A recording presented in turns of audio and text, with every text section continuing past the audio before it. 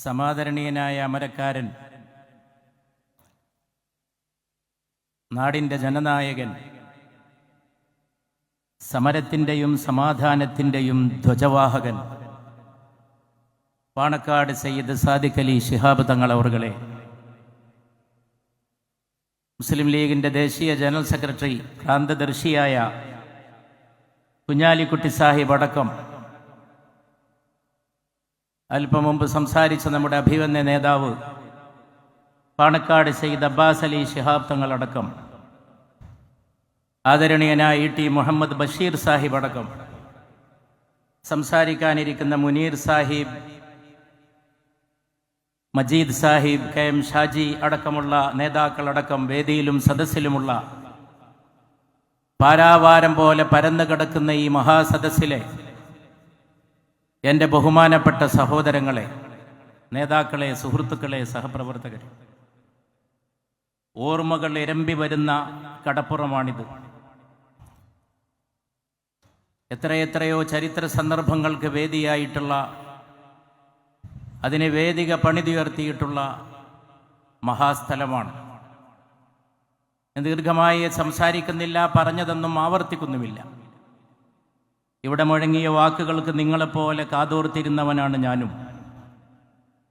പ്രിയപ്പെട്ട PMA സലാം സാഹിബിൻ്റെ വഖഫ് ഭേദഗതി നിയമത്തിൻ്റെ വ്യത്യസ്ത വശങ്ങളിലേക്ക് വെളിച്ചം വീശുന്ന സൂക്ഷ്മതല സ്പർശിയായിട്ടുള്ള സ്വാഗത പ്രസംഗം മുതൽ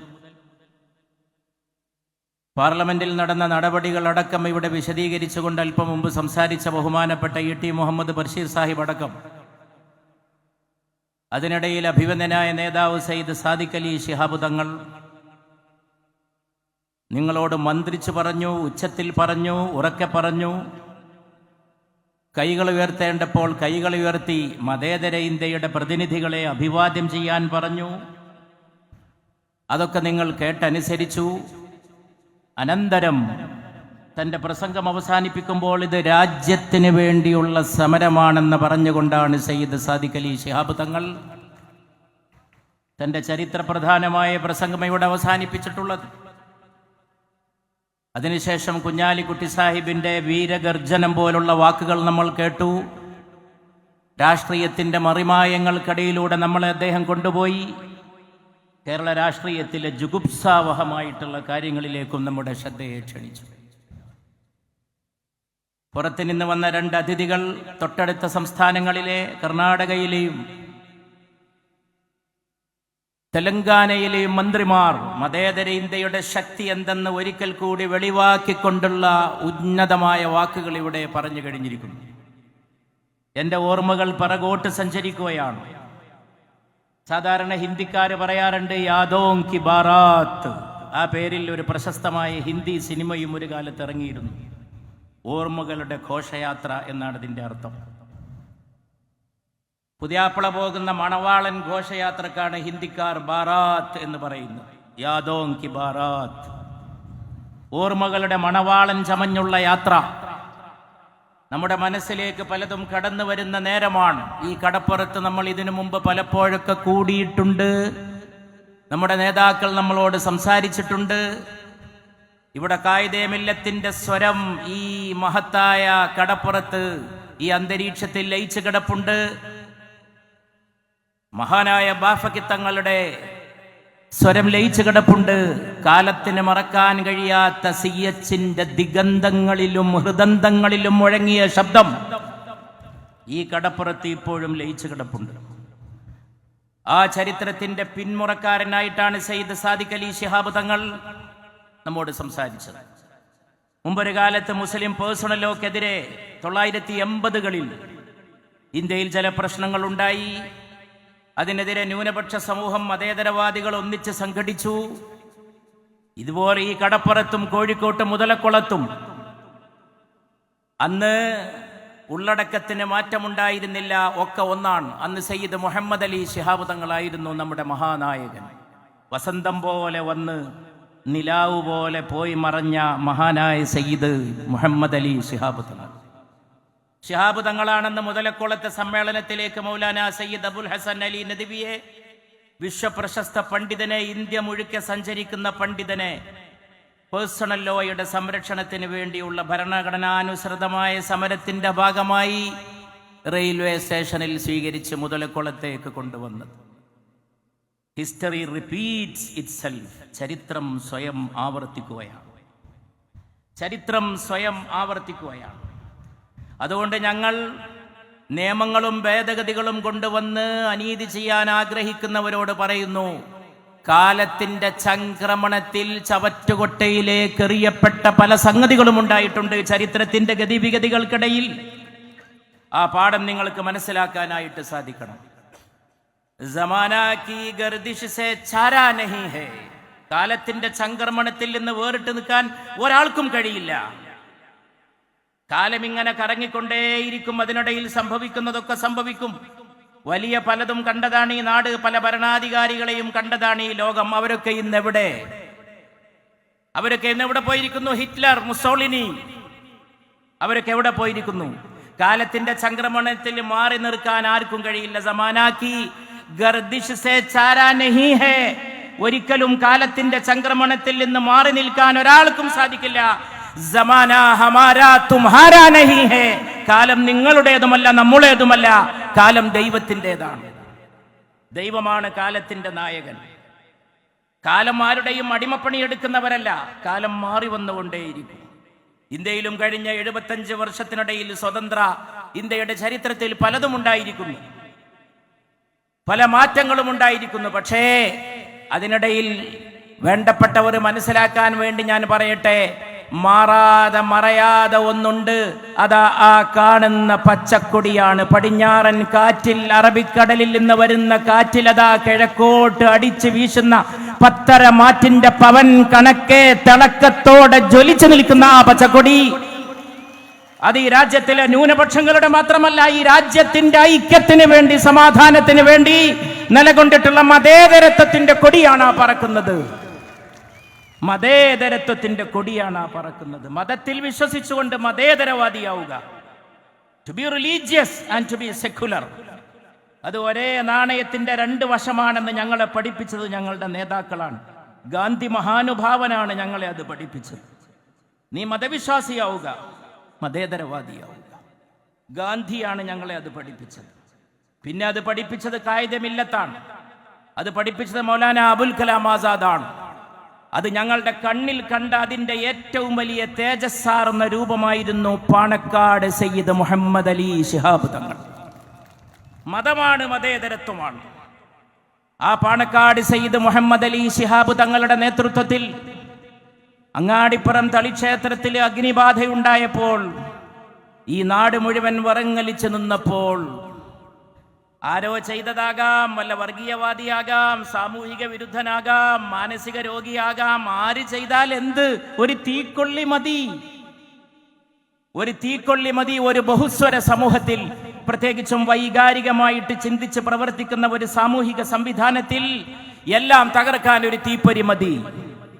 അങ്ങനെ നാടിനെ സ്നേഹിക്കുന്നവർ, സമാധാനകാംക്ഷികൾ നെഞ്ച് കൈ പിടിച്ച്, ഹൃദയം താങ്ങി പിടിച്ചു നിന്നപ്പോഴാണ് രാവിലെ ടെലിവിഷനിൽ അവർ കാണുന്നത് അങ്ങാടിപ്പുറം അമ്പലത്തിന്റെ മുമ്പിൽ ഒരു വെളുത്ത രൂപം സയ്യിദ് മുഹമ്മദ് അലി ശിഹാബ് തങ്ങൾ കുഞ്ഞാലിക്കുട്ടി സാഹിബിന്റെ കൂടെ അമ്പലത്തിന്റെ മുറ്റത്തെത്തി പൂജാരി സ്വീകരിക്കുന്ന രംഗം ഈ നാട് കണ്ട ദിനം നാട് മറക്കില്ല.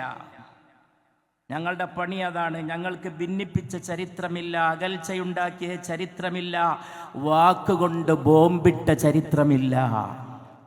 എവിടെയെങ്കിലും കൊണ്ടുപോയി ആരെങ്കിലും ഒരു ബോംബിട്ടാൽ ബോംബിന്റെ പ്രത്യാഘാതം ഇത്ര കിലോമീറ്റർ കണക്കുണ്ട്. കേരളത്തിൽ ചിലർ വൈകുന്നേരമാകുമ്പോഴേക്ക് ഛർദിക്കുന്ന വാക്ക് ബോംബുകൾ, അത് 1 മാസവും 2 മാസവും മാത്രമല്ല, എത്രയോ ദിക്കുകളിൽ അത് അകൽച്ചയുണ്ടാക്കുന്നു. പ്രിയമപരന്റെ യതൻ പ്രിയം, സ്വകീയ പ്രിയമപരപ്രിയം ഇപ്രകാരമാകും. നയമതിനാലേ നരന് നന്മ നൽകും ക്രിയയപരപ്രിയ ഹേതുവായി വരേണം. അവരന് വേണ്ടി അഹർനിശം പ്രയത്നം കൃപണത വിട്ടു കൃപാലു ചെയ്തിടുന്നു. കൃപണനഥോ മുഖനായി കിടന്ന് ചെയ്യുന്ന ഭജയകർമ്മം അവന് വേണ്ടി മാത്രം. ഇനി പറയുന്ന 4 വരി കേൾക്കാത്ത മലയാളികൾ കുറവായിരിക്കും. നാരായണ ഗുരുവിന്റെ മരിക്കാത്ത വാക്കുകളാണ്. അവൻ ഇവൻ എന്നറിയുന്നതൊക്കെ ഓർത്താൽ അവനിൽ ആദിമമായ ഒരു ആത്മരൂപം. അവനവൻ ആത്മസുഖത്തിനാചരിക്കുന്നവയപരന് സുഖത്തിനായി വരേണം. സ്വന്തം സുഖത്തിന് ചെയ്യുന്ന കാര്യം പോലും മറ്റുള്ളവന്റെ സുഖത്തിനായി വരണമെന്ന് പഠിപ്പിച്ച നാരായണ ഗുരുവിന്റെ നാടാണ് ഇന്ത്യ. അതാണ് ഈ കേരളം. ആ പാരമ്പര്യമാണ് ഇവിടെ നിലനിർത്തേണ്ട പാരമ്പര്യം. ആ മതേതരത്വ പാരമ്പര്യമാണ്. അതുകൊണ്ട് അന്നങ്ങനെ അങ്ങാടിപ്പുറം തളിക്ഷേത്രത്തിന്റെ മുമ്പിൽ നന്മയുടെ മൈത്രിയുടെ മഹാസംരംഭം വിജയിച്ചിട്ടുണ്ടെങ്കിൽ ഇന്നിവിടെ കുഞ്ഞാലിക്കുട്ടി സാഹിബ് പറഞ്ഞില്ലേ, പാണക്കാട് സയ്യിദ് സാദിഖ് അലി ശിഹാബ് തങ്ങളും ഞാനും പോയി എന്ന് പറഞ്ഞില്ലേ? അങ്ങനെ മൊനമ്പത്തിലും പുതിയ സൗഹൃദത്തിന്റെ സൂര്യോദയം ഉണ്ടാക്കാൻ കേരളീയ സമൂഹത്തിന് സാധിക്കും. ശുഭാപ്തി വിശ്വാസികളാവുക. Let us be optimistic. ശുഭാപ്തി വിശ്വാസികളാവുക. അതുപോലെ ഇന്ത്യയിൽ വർഗീയമായി ചേരിതിരിവുണ്ടാക്കുന്ന ന്യൂനപക്ഷങ്ങളെ അടിച്ചൊതുക്കാമെന്ന് ശ്രമിക്കുന്നവരോടും ഞാൻ പറയുന്നു, ദയവ് ചെയ്ത് ദൈവത്തെ ഓർത്ത്, നാടിനെ ഓർത്ത്, നാടിന്റെ ചരിത്രത്തെ ഓർത്ത്. ഒരുപാട് നല്ല കാര്യങ്ങൾ ചെയ്യാനില്ലേ കേന്ദ്ര ഗവൺമെന്റ്? എന്തിനാണ് ഇത്തരം കാര്യങ്ങളിൽ ഏർപ്പെടുന്നത്? ഇവിടെ കുട്ടികൾക്ക് തൊഴിലില്ല. അൺഎംപ്ലോയ്മെന്റിന്റെ റേറ്റ് ഇന്ത്യയിൽ വളരെ കൂടുതലാണ്. ചെറുപ്പക്കാർക്ക് തൊഴിലില്ല. ഇവിടെ അൺഎംപ്ലോയ്മെന്റ് റേറ്റ് കുതിച്ചു കയറുകയാണ്. കർഷകർ ഇപ്പോഴും സമരത്തിലാണ്. ഇന്നലെ ഒരു കർഷകൻ, മലയാളിയാണ്, അദ്ദേഹം പറഞ്ഞു, സമരത്തിന് പോയതായിരുന്നു ഡൽഹിയിൽ, ഞങ്ങളെ ചർച്ചക്ക് കഴിഞ്ഞിട്ട് 4 ദിവസം ജയിലിലിട്ടു എന്ന് പറഞ്ഞു. ചർച്ചക്ക് പോയ കർഷക നേതാക്കളെ. ദളിതർക്ക് പ്രശ്നമുണ്ട്. മാധ്യമ പ്രവർത്തകർ ഇതാ ഇവിടെ വന്നിരിക്കുന്നു ഈ രാത്രി വൈകിയിട്ടും. മുസ്ലിം ലീഗിന്റെ ഈ ആശയങ്ങളോട്, ഈ നയത്തോട്, ഈ മതേതരത്വ സംവിധാനത്തോട് കൂറ് പുലർത്തുന്ന മാധ്യമ പ്രവർത്തകർ, അവർ നമ്മുടെ സമ്പത്താണ്, നമ്മുടെ അഭിമാനമാണ്. മാധ്യമ പ്രവർത്തകർക്ക് പ്രശ്നങ്ങളില്ലേ ഇവിടെ? മാധ്യമ പ്രവർത്തകർക്ക് ചോദ്യം ചോദിക്കാൻ പറ്റാത്ത നാടാണോ ഇത്? നിങ്ങൾ എന്താ ചോദിക്കുന്നത്, ആരോടാണ് ചോദിക്കുന്നത് എന്നൊക്കെയാണ് ഇപ്പോൾ പുതിയ വ്യാഖ്യാനങ്ങൾ വരുന്നത്. ആരോടാണ് ചോദിക്കുന്നത്, എന്താണ് ചോദിക്കുന്നത്? ആരോടാണ് ചോദിക്കുന്നത്? തെരഞ്ഞെടുക്കപ്പെട്ട ജനപ്രതിനിധികളോടാണ് ചോദിക്കുന്നത്. തെരഞ്ഞെടുക്കപ്പെട്ട ജനപ്രതിനിധികൾ ചോദ്യം കേൾക്കേണ്ടവരും ഉത്തരം നൽകേണ്ടവരുമാണ്. അതാണ് ഡെമോക്രസി. ജനാധിപത്യത്തിന്റെ ബാലപാഠങ്ങളും ആദ്യ പാഠങ്ങളും പഠിക്കണം. അതുകൊണ്ട് ഇന്ത്യ ഭരിക്കുന്ന കേന്ദ്ര ഗവൺമെന്റിന് മുമ്പിൽ വീണ്ടും ഞങ്ങൾ ആവശ്യപ്പെടുന്നത് അതാണ്. മുസ്ലിം ലീഗ് ആവശ്യപ്പെട്ടതാണ്. മതേതര ശക്തികളൊക്കെ എത്ര ചെറിയ വോട്ടിന്റെ വ്യത്യാസത്തിനാണ് ഈ ഭേദഗതി പാസ്സായതെന്നും കൂടി ഓർക്കണം. ഇന്ത്യൻ ജനാധിപത്യത്തിന്റെ ശക്തി രണ്ടും 200ന്റെ മീതെയാണ്. ഈ ഭേദഗതി ബില്ലിന് അനുകൂലമായി കിട്ടിയ വോട്ട് 200ന്റെ മീതെ, എതിരായി കിട്ടിയ വോട്ടും 200ന്റെ മീതെ. ചില്ലറ വോട്ടിന്റെ വ്യത്യാസമാണ്. അതുകൊണ്ട് അങ്ങനെ അങ്ങ് കയറി മേയാമെന്ന് വിചാരിക്കാവുന്ന ഭൂരിപക്ഷം ഈ രാജ്യം ആർക്കും വകവെച്ചു കൊടുത്തിട്ടില്ല. ഞാൻ ദീർഘമായിട്ട് സംസാരിക്കുന്നില്ല. ജനാധിപത്യമാണ്, അത് തിരിഞ്ഞും മറിഞ്ഞും വരും. ഞാൻ ചില കാര്യങ്ങൾ ഓർത്തു പോകുന്നു. എന്റെ എളിയ വാക്കുകൾ അവസാനിപ്പിക്കുകയാണ്, ദീർഘിപ്പിക്കുന്നില്ല. നിങ്ങൾക്ക് പട്ടേലിനെ അറിയുമല്ലോ. ഇന്ന് ഇന്ത്യ ഭരിക്കുന്ന ഗവൺമെന്റിന്റെ വക്താക്കൾ എപ്പോഴും നാഴികക്ക് 40 വട്ടം പറയുന്ന പേരാണ് സർദാർ വല്ലഭഭായ് പട്ടേൽ. ഇന്ത്യയുടെ ആദ്യത്തെ ആഭ്യന്തരമന്ത്രിയാണ്, കരുത്തനായ കോൺഗ്രസ് നേതാവാണ്. അദ്ദേഹത്തിന്റെ പേരിൽ കൂറ്റൻ പ്രതിമ പോലും സ്ഥാപിച്ചുകൊണ്ട് പലപ്പോഴും പട്ടേലിന്റെ നയങ്ങളാണ് ഞങ്ങൾ എന്ന് വരുത്താൻ ശ്രമിക്കുന്നവരുണ്ട്. ആ പട്ടേൽ ഒരിക്കൽ ഡൽഹിയിലെ നിസാമുദ്ദീൻ ഔലിയയുടെ ദർഗാ ആരോ കയ്യേറി എന്നറിഞ്ഞു പട്ടേൽ ആഭ്യന്തരമന്ത്രിയായിരുന്ന സമയത്ത്. ഉടൻ തന്നെ തന്റെ പ്രൈവറ്റ് സെക്രട്ടറിയായ വിദ്യാശങ്കറിനെ വിളിച്ചുകൊണ്ട്, തന്റെ PS ആയ വിദ്യാശങ്കറിനെ വിളിച്ചുകൊണ്ട് വണ്ടി എടുക്കാൻ പറഞ്ഞു പട്ടേൽ. അദ്ദേഹം പറഞ്ഞു, വേഗം വണ്ടി വിട് നിസാമുദ്ദീൻ ഔലിയയുടെ ഖബറിടത്തിലേക്ക്, മക്ബറയിലേക്ക്. എന്നിട്ട് അദ്ദേഹം പറഞ്ഞു, ആ വലിയുള്ള കോപിഷ്ഠനാകുന്നതിന് മുമ്പ് എന്നെ സന്നിധിയിൽ എത്തിക്കൂ. ആ വലിയുള്ള, ഇതെന്റെ വാക്കുകളല്ല, പട്ടേലിന്റെ വാക്കുകളാണ്. അള്ളാഹുവിന്റെ വലിയ, അള്ളാഹുവിന്റെ അവിടെ കിടക്കുന്ന വലിയ, അദ്ദേഹം കോപിക്കുന്നതിന് മുമ്പ് എന്നെ സന്നിധിയിൽ എത്തിക്കൂ എന്ന് വിദ്യാശങ്കറിനോട് സർദാർ പട്ടേൽ പറഞ്ഞ വാക്കുകൾ. ഇത് പട്ടേലാണ് പറയുന്നത്. ഇതൊക്കെ വഖഫാണ്. നിസാമുദ്ദീൻ ഔലിയ കിടക്കുന്നതും ജാമാംശം ഒക്കെ വഖഫ് ഭൂമിയാണ്. ഞാനതിന്റെ വിശദാംശങ്ങളിലേക്ക് പോകുന്നില്ല, പറഞ്ഞത് ആവർത്തിക്കേണ്ടതില്ല. നേതാക്കന്മാരെ സംസാരിക്കാനുണ്ട്. അമുസ്ലിങ്ങളെ, മുസ്ലിങ്ങളല്ലാത്തവരെ വഖഫ് ബോർഡിൽ കയറ്റുന്ന കാര്യം ഒരു ഭാഗത്ത്, അതേ കൂട്ടരാണ് പറയുന്നത് 5 കൊല്ലം പ്രാക്ടീസിങ് മുസ്ലിം ആയിരിക്കണം. ഇത് രണ്ടും തമ്മിൽ പൊരുത്തപ്പെട്ടു പോവോ? ദാനം ചെയ്യണമെങ്കിൽ 5 കൊല്ലം പ്രാക്ടീസ് ചെയ്യുന്ന മുസ്ലിം ആയിരിക്കണം. ഒരാളുടെയും മതവിശ്വാസം ഈ ലോകത്തൊരാൾക്കും അളക്കാൻ കഴിയില്ല. മതവും അത് അളക്കുന്നില്ല എന്നുള്ളതാണ് മനസ്സിലാക്കേണ്ട ഒരു കാര്യം. മതം അത് അളക്കുന്നില്ല, മതമാരുടെയും ഹൃദയത്തിലേക്ക് നോക്കുന്നില്ല. തിരുനബിയുടെ പ്രഖ്യാതമായിട്ടുള്ള ഒരു മൊഴിയുണ്ട്, ഇന്നല്ലാഹ ലാ യൻദുറു ഇലാ സുവറിക്കും വലാ ഇലാ അജ്സാമിക്കും. ദൈവം നിങ്ങളുടെ ദേഹങ്ങളിലേക്കും നിങ്ങളുടെ വേഷങ്ങളിലേക്കും നോക്കുന്നില്ല. വലാകിൻ യൻദുറു ഇലാ ഖുലൂബിക്കും, അവൻ നിങ്ങളുടെ ഹൃദയങ്ങളിലേക്കാണ് നോക്കുന്നത്. ഹൃദയങ്ങളിലേക്ക് നോക്കാനുള്ള അവകാശം ദൈവകൽപിതമാണ്, അത് മനുഷ്യർക്കുള്ളതല്ല. സയ്യിദുനാ ഉമർ ഇബ്നുൽ ഖത്താബ് രാജ്യം ഭരിക്കുമ്പോൾ നടത്തിയ ഒരു ചരിത്ര പ്രസിദ്ധമായിട്ടുള്ള പ്രസ്താവനയുണ്ട്. ഏത് കാലത്തേക്കുള്ള മാർഗദർശിയാണ്.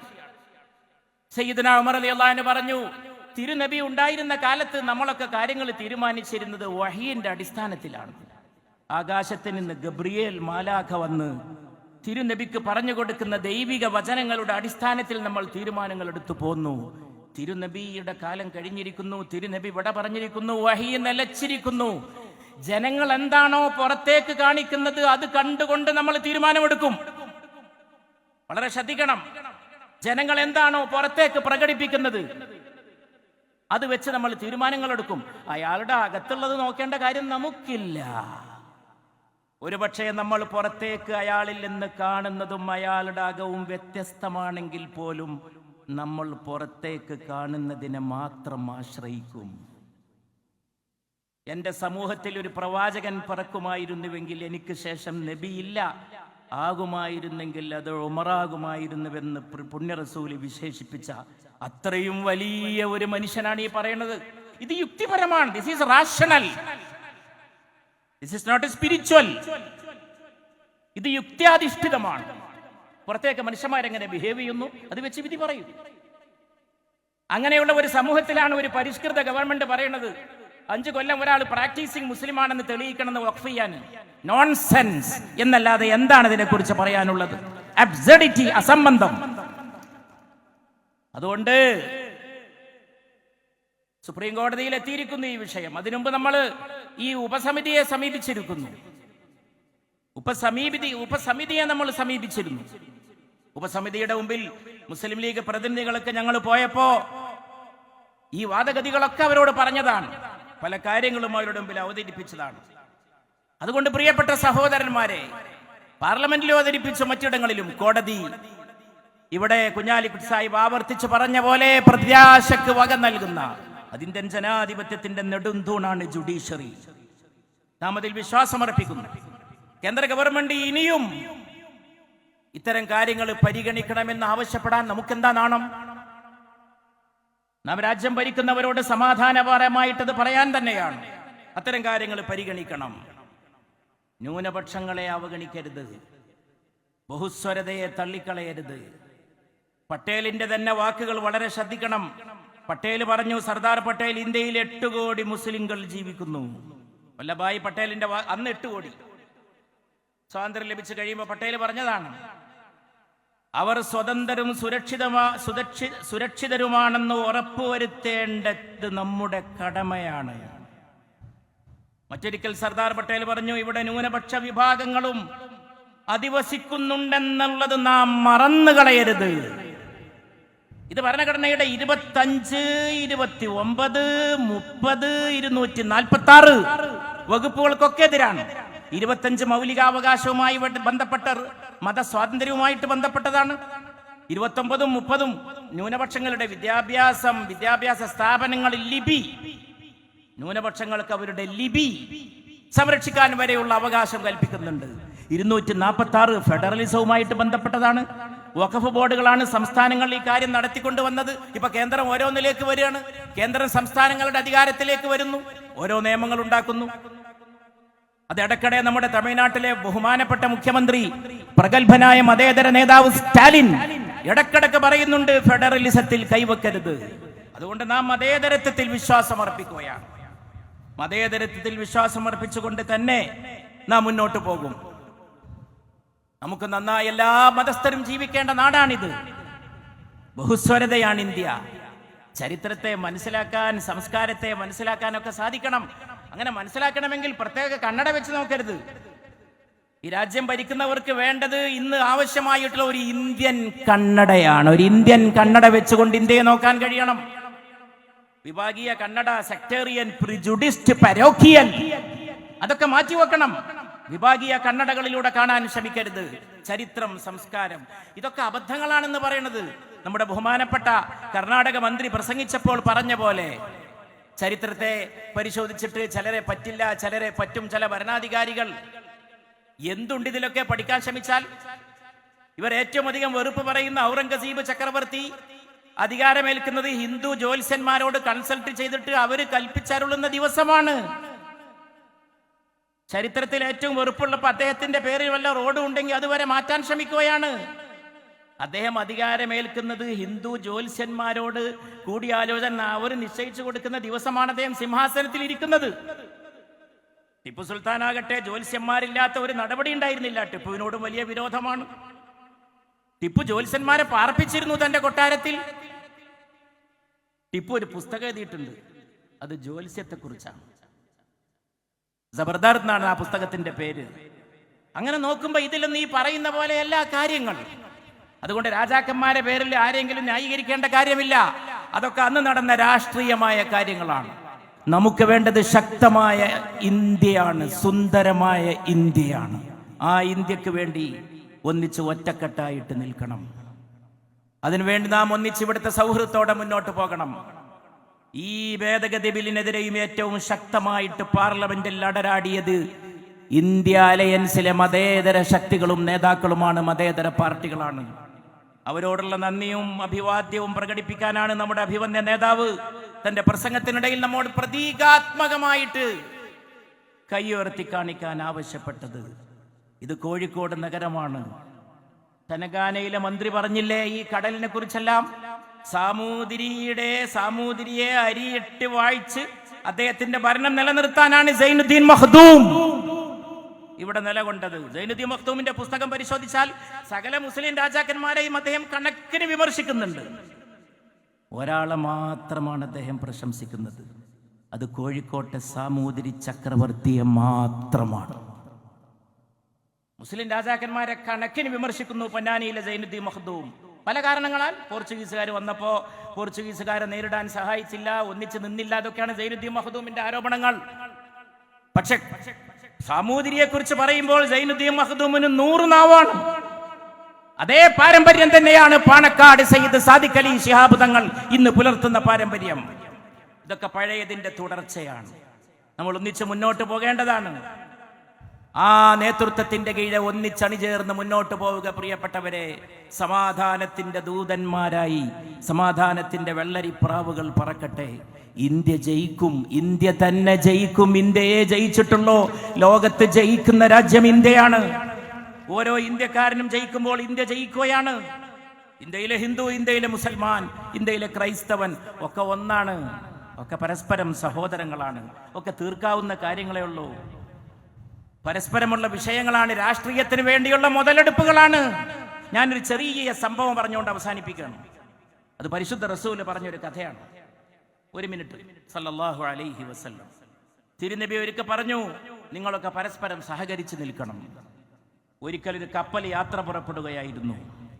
ആ കപ്പലിലെ മേലേ തട്ടിലും യാത്രക്കാരുണ്ടായിരുന്നു, താഴെ തട്ടിലും യാത്രക്കാരുണ്ടായിരുന്നു. മേൽത്തട്ടിലെ യാത്രക്കാർക്ക് കുടിക്കാനുള്ള വെള്ളം അവർ കരുതിയിരുന്നു. താഴെ തട്ടിലെ യാത്രക്കാർക്ക് കുടിക്കാനുള്ള വെള്ളവും മുകൾ തട്ടിലായിരുന്നു. അപ്പൊ താഴെ തട്ടിലുള്ളവർ വെള്ളമെടുക്കാൻ വേണ്ടി മുകളിലോട്ട് ഇടക്കിടക്ക് വരാൻ തുടങ്ങി. ഒരു കാര്യം ഓർക്കണം, കപ്പലിൽ ഫസ്റ്റ് ക്ലാസ് മുകളിലാണ്, താഴെയല്ല. 1400 കൊല്ലം മുമ്പ് കപ്പലിന്റെ കഥ പറയുന്ന വിശ്വപ്രവാചകൻ തിരുനബി മുഹമ്മദ് നബി സല്ലല്ലാഹു അലൈഹി വസല്ലം മുകൾ തട്ടിലുള്ളത് സമൂഹത്തിലെ വരേണ്യവർഗമാണ് എന്ന് പറയാതെ പറഞ്ഞുകൊണ്ടാണ് ഈ കഥ ലോകത്തിന് പഠിപ്പിച്ചു കൊടുക്കുന്നത്. അപ്പൊ താഴെ തട്ടിലുള്ളവർ ഇങ്ങനെ ഇടയ്ക്ക് വെള്ളം എടുക്കാൻ വന്നപ്പോൾ മുകളിലുള്ളവർക്ക് അതൊരു ശല്യമായി തോന്നി എന്ന് പ്രവാചക തിരുമേനി പറഞ്ഞു സല്ലല്ലാഹു അലൈഹി വസല്ലം. ഇടക്കിടക്ക് ഇങ്ങനെ വരുന്നു, ഇളകുന്ന കപ്പലാണ്, തട്ടുന്നു, മുട്ടുന്നു. വെള്ളം കൊണ്ടുപോകുമ്പോൾ മുകൾ തട്ടിലെ മേലാളന്മാരുടെ ഉടുപ്പിൽ വെള്ളം നനയുന്നൊന്നും തിരുനബി പറഞ്ഞില്ല, ഞാൻ വിശദീകരിക്കുകയാണ്. അവർക്കത് ബുദ്ധിമുട്ടായി തോന്നി എന്ന് തിരുനബി പറയുന്നു സല്ലല്ലാഹു അലൈഹി വസല്ലം. അപ്പൊ അവര് താഴെ തട്ടിലുള്ള യാത്രക്കാരെ വിളിച്ചിട്ട് പറയാൻ തീരുമാനിച്ചു. അവരെ വിളിച്ചുകൂട്ടി, ഒരു യോഗം വിളിച്ചുകൂട്ടി. ഇനി മുതൽ നിങ്ങൾ വെള്ളമെടുക്കാൻ മുകളിലോട്ട് വരരുത്, ഞങ്ങൾക്ക് അസൗകര്യമാണ്. ഒറ്റ കപ്പൽ, ആ കപ്പൽ ലക്ഷ്യത്തിലെത്തിക്കണം, ഉന്നതമായ ലക്ഷ്യങ്ങളിലേക്ക്, ആ ഉന്നതമായ ലക്ഷ്യങ്ങളിൽ എത്തിക്കണം. അപ്പൊ താഴെ തട്ടിലുള്ള യാത്രക്കാർ പറഞ്ഞു, ഞങ്ങളും ഒന്ന് ആലോചിക്കട്ടെ. നിങ്ങൾ ആലോചിച്ച സ്ഥിതിക്ക് താഴെ തട്ടിലെ പാവങ്ങളായ യാത്രക്കാർ യോഗം ചേർന്ന് ആലോചിച്ചിട്ട് അവരതിൻ്റെ തീരുമാനം മുകൾ തട്ടിലെ യാത്രക്കാർ അറിയിച്ചു. ശരി, ഞങ്ങൾ ഇനി മുതൽ വെള്ളമെടുക്കാൻ മുകളിലോട്ട് വരുന്നില്ല. പക്ഷെ ഞങ്ങൾക്ക് വെള്ളം വേണമല്ലോ, കുടിവെള്ളം വേണ്ടേ? കപ്പൽ യാത്ര അവസാനിക്കുന്നതിന് മുമ്പ് ഞങ്ങളൊരു ഉപായം കണ്ടെത്തിയിരിക്കുന്നു, കപ്പലിന്റെ അടിയിൽ ദ്വാരമുണ്ടാക്കാൻ. കഥ ഇവിടെ വെച്ച് പറഞ്ഞു നിർത്തിക്കൊണ്ട് വിശ്വാചാര്യനായ വിശ്വപ്രവാചകനായ റൂഹി ഫിദാ മുഹമ്മദ് മുസ്തഫ സല്ലല്ലാഹു അലൈഹി വസല്ലം പറയുന്നു, ആ രണ്ടു കൂട്ടരും ചിന്തിച്ചിരുന്നെങ്കിൽ എത്ര നന്നായിരുന്നു.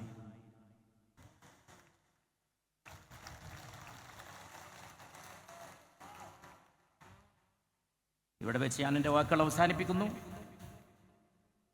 നിങ്ങൾ അഭിവാദ്യം ചെയ്യുന്നു. ഈ കടൽക്കരയിലെ ഈ തിരമാലകളോട് മത്സരിച്ചെത്തിയ ജനക്കൂട്ടം, പക്ഷേ തിരമാലകൾ നമ്മോട് മത്സരിക്കുന്നില്ല, അവർ നമുക്ക് പിന്തുണറിയിക്കുക മാത്രമാണ് ചെയ്യുന്നത്. ഞാൻ തുടക്കത്തിൽ പറഞ്ഞത് ആവർത്തിക്കുന്നു, ശുഭാപ്തി വിശ്വാസികളാവുക നമ്മുടെ നേതൃത്വത്തിന്റെ പിറകിൽ. മുമ്പ് പ്രഗത്ഭരായ നേതാക്കൾ ഉണ്ടായിരുന്നു, ഇന്നും വളരെ പ്രഗത്ഭരായ നേതാക്കളുണ്ട്. ഒരു കുറവും ലീഗിന് സംഭവിച്ചിട്ടില്ല. ലീഗ് സമ്പന്നമാണ്. സാദിഖ് അലി ശിഹാബ് തങ്ങൾ, കുഞ്ഞാലിക്കുട്ടി സാഹിബ്, ബഷീർ സാഹിബ്, എത്ര മുനീർ സാഹിബ്, എത്ര നേതാക്കളുടെ ഒരു നിര നോക്കൂ നിങ്ങൾ. എവിടെ കാണാൻ കഴിയും സാദിഖ് അലി ശിഹാബ് തങ്ങളെ പോലെ? എവിടെ കാണാൻ കഴിയും നാളെ ഉണ്ടാകാൻ പോകുന്ന രാഷ്ട്രീയ മറിമായങ്ങളെ കണ്ണിൽ കാണുന്ന കുഞ്ഞാലിക്കുട്ടി സാഹിബിനെ പോലെ? അതുകൊണ്ട് സമ്പന്നമാണ്. We are rich.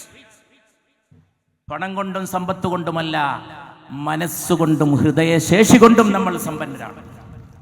അതിൻ്റെ പിന്നിൽ ഏത് വരട്ടെ, ഒരു വാക്ക് ഞാൻ നിങ്ങൾക്ക് സമ്മാനിക്കുന്നു. ഇന്ന് രാത്രി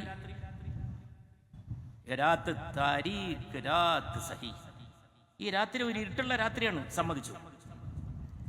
രാത്ത് ഭയാനക് രാത്ത് സഹി, ഈ രാത്രി ഒരു ഭയാനകമായ രാത്രിയാണ്. ഭയാനക് സംസ്കൃതത്തിൽ നിന്ന് ഉറുദുവിലേക്ക് വന്ന വാക്കാണ്. ഇന്ത്യ ഒന്നാണ് എന്ന് ഓരോ വാക്കും പഠിപ്പിക്കുന്നു. അറബിയിൽ നിന്ന് എഴുതുന്ന ലിപിയാണ് ഉറുദു, എൻ്റെ ലിപി അറബിയാണ്, അതിലെ വാക്ക് സംസ്കൃതമാണ്.